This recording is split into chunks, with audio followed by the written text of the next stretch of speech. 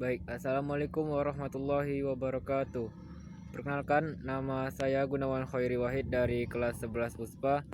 Akan coba membuat video yang nantinya pada video kali ini dan kesempatan kali ini saya akan menerangkan tentang erosi dan sedimentasi yang ada di sekitar rumah saya. Baik, pada kesempatan kali ini sebelum kita masuk ke materi, kita perlu mengetahui apa itu definisi dari erosi dan definisi dari sedimentasi tersebut. Dan untuk yang selanjutnya saya akan menjelaskan tentang macam-macam sedimentasi yang ada di sekitar rumah saya ini, serta macam-macam erosi juga yang nantinya akan saya jelaskan juga penyebab dan proses terjadinya. Baik, sebelum kita masuk ke materi, kita perlu mengetahui dulu definisi dari erosi dan sedimentasi tersebut. Baik, untuk yang pertama adalah erosi.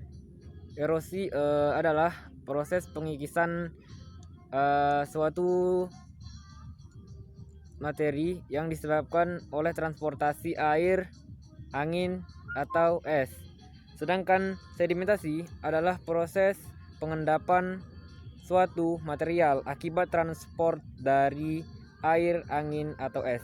Baik, untuk yang selanjutnya simak terus videonya. Baik, ini adalah salah satu contoh erosi yang ada di sekitar perumahan saya. Baik, saya akan menjelaskan di sini. Jadi di sini adalah erosi yang disebabkan air laut atau erosi air laut atau biasanya disebut oleh abrasi. Jadi pengertian dari abrasi atau erosi air laut di sini adalah suatu pengikisan pantai yang disebabkan oleh tenaga gelombang laut dan arus laut yang sifatnya sangat rusak. Jadi di sini terlihat lahan sudah semakin terkikis oleh gelombang air laut yang makin lama makin berkurang akibat terjangan gelombang tersebut. Dan untuk proses terjadinya abrasi atau erosi air laut tersebut adalah ketika angin yang bergerak di laut menimbulkan gelombang dan arus menuju pantai. Arus dan angin tersebut lama-kelamaan menggerus pinggir pantai dan kekuatan gelombang terbesar terjadi pada waktu terjadi badai sehingga dapat mempercepat terjadinya proses abrasi atau erosi air laut tersebut. Dan untuk dampak dari erosi air laut atau abrasi ini terhadap lingkungan dan kehidupan adalah penyusutan lebar pantai sehingga menyempitnya lahan bagi penduduk yang tinggal di pinggir pantai, sehingga kerusakan hutan bakau di sepanjang pantai karena terpapar atau terpaan dari ombak air laut. Terjangan dari ombak air laut yang didorong oleh angin kencang yang begitu besar menyebabkan terkikisnya suatu lahan yang ada di sekitar pantai ini. Baik, untuk yang selanjutnya di sini telah terlihat contoh sedimentasi yang ada di sekitar rumah saya.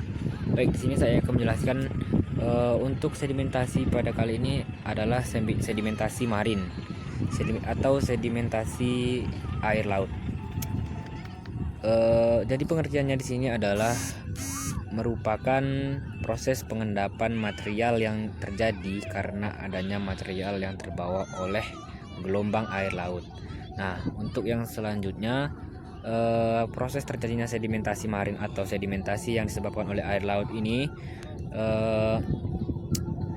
terjadi di mana material-material dipindahkan oleh kekuatan air laut. Dan sewaktu air laut ini pasang, maka material akan terbawa dan ketika surut material-material tersebut akan tertinggal. Nah, hal inilah yang berlangsung berulang-ulang dalam jangka waktu yang sangat lama. Dan bagaimanakah dampak dari sedimentasi marin atau sedimentasi air laut? Dari sedimentasi ini menyebabkan terbentuknya yang pertama bar atau endapan pasir laut di muara sungai yang memisahkan laut dengan sungai. Yang kedua adalah beting atau endapan pasir laut agak jauh dari pantai.